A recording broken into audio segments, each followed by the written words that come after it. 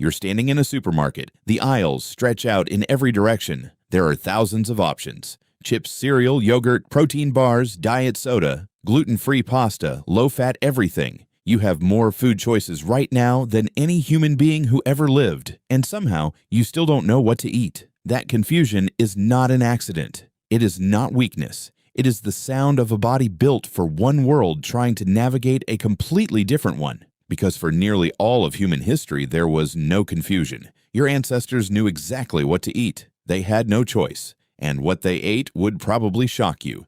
Before the farms came, before the bread, before the sugar and the seed oils and the fortified breakfast cereals, your ancestors were eating something else entirely. Something older, something your body still remembers, even if your brain has completely forgotten. So what did ancient humans actually eat? The honest answer is not what most people expect. It is not a clean, simple story. It is messy and strange, and it changes depending on where your ancestors lived and what season it was and what the land offered. But there are patterns, and those patterns reveal something uncomfortable about the gap between the body you inherited and the diet the modern world is selling you. Start with the timeline. Modern agriculture is roughly 10,000 years old. That sounds like a long time. But your species, Homo sapiens, has existed for at least 300,000 years. That means for roughly 97% of human history, nobody farmed anything. Nobody grew wheat. Nobody raised cattle for milk. Nobody processed, packaged, or preserved food in a factory. Your body spent the overwhelming majority of its evolutionary history in a world without any of that. Anthropologist Richard Wrangham at Harvard has spent decades studying what this means for the human body. His research argues that cooking itself, the act of applying heat to food, is what made us human. The shift to cooked food, which began at least 1 million years ago with Homo erectus, changed the shape of the human gut, the size of the human brain, and the structure of human social life. Before cooking, eating was an all-day activity. Raw food requires enormous digestive effort. Cooking externalized that work, freeing up energy that the brain eventually claimed for itself. So cooking came first. But what were early humans cooking? The answer is almost everything. This is the part the diet industry does not want you to hear. Ancient humans were not specialists. They were opportunists. Evolutionary anthropologist Herman Poncer at Duke University has studied hunter-gatherer populations still living today, groups like the Hadza of Tanzania, and his research consistently finds the same thing. These populations eat an extraordinarily wide variety of foods. Tubers dug from the ground, wild berries and fruits when they are in season, honey when they can find it, birds, reptiles, insects, small mammals, and large game when the hunt goes well, fish along coasts and rivers, eggs, bark, seeds, roots, mushrooms. There is no single ancestral human diet. There is an ancestral human strategy. Eat what is available. Eat as much variety as possible. Waste nothing. Now consider what that means for your body right now. Your gut microbiome, the trillions of bacteria living inside your digestive system, evolved alongside that variety. Researcher Tim Spector at King's College London has published extensive research showing that modern Western diets have dramatically reduced the diversity of gut microbiomes compared to populations eating more traditional diets. The Hadza, for example, have gut microbiomes containing bacterial species that are almost entirely absent from Western populations, species that appear to play critical roles in immune function, inflammation regulation, and even mood. You did not just lose the food, you lost the microscopic ecosystem that evolved to process it. But let us get specific about what ancient humans were actually eating, because the details are stranger than the headlines. Meat.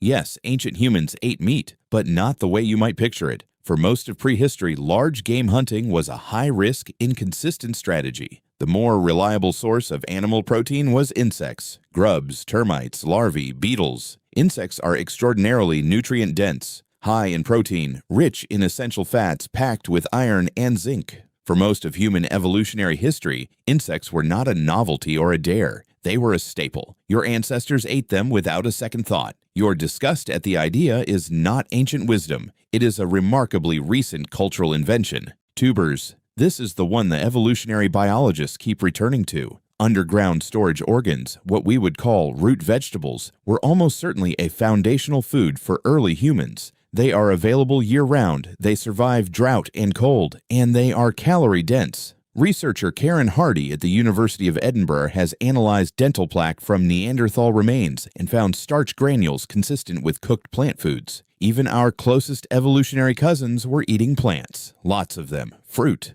but not supermarket fruit. Wild fruits are dramatically less sweet than their modern counterparts. Thousands of years of selective breeding have turned fruit into dessert. The apples and bananas and grapes available in your local store bear almost no resemblance to their ancestral versions in terms of sugar content. When your ancient ancestors ate fruit, they were eating something tart, fibrous, and seasonal. A treat when available, not a daily staple. Fat. Ancient humans were not afraid of fat. They sought it. Fat is calorie-dense in a world where calories were never guaranteed. Brain matter, bone marrow, organ fat, the fat around kidneys and intestines. These were prized, not discarded. The lean muscle meat that many people think of as the superior cut would have been considered the lesser prize. The organs came first. The marrow was cracked from bones with stones. The fat was scraped and eaten immediately. Your body still carries ancient cravings for fat that the food industry has learned to exploit with extraordinary precision.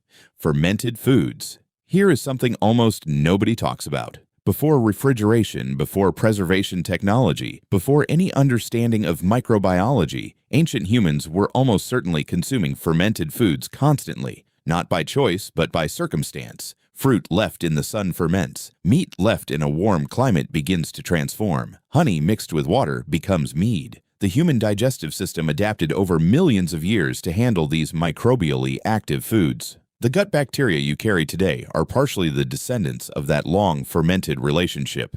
Salt.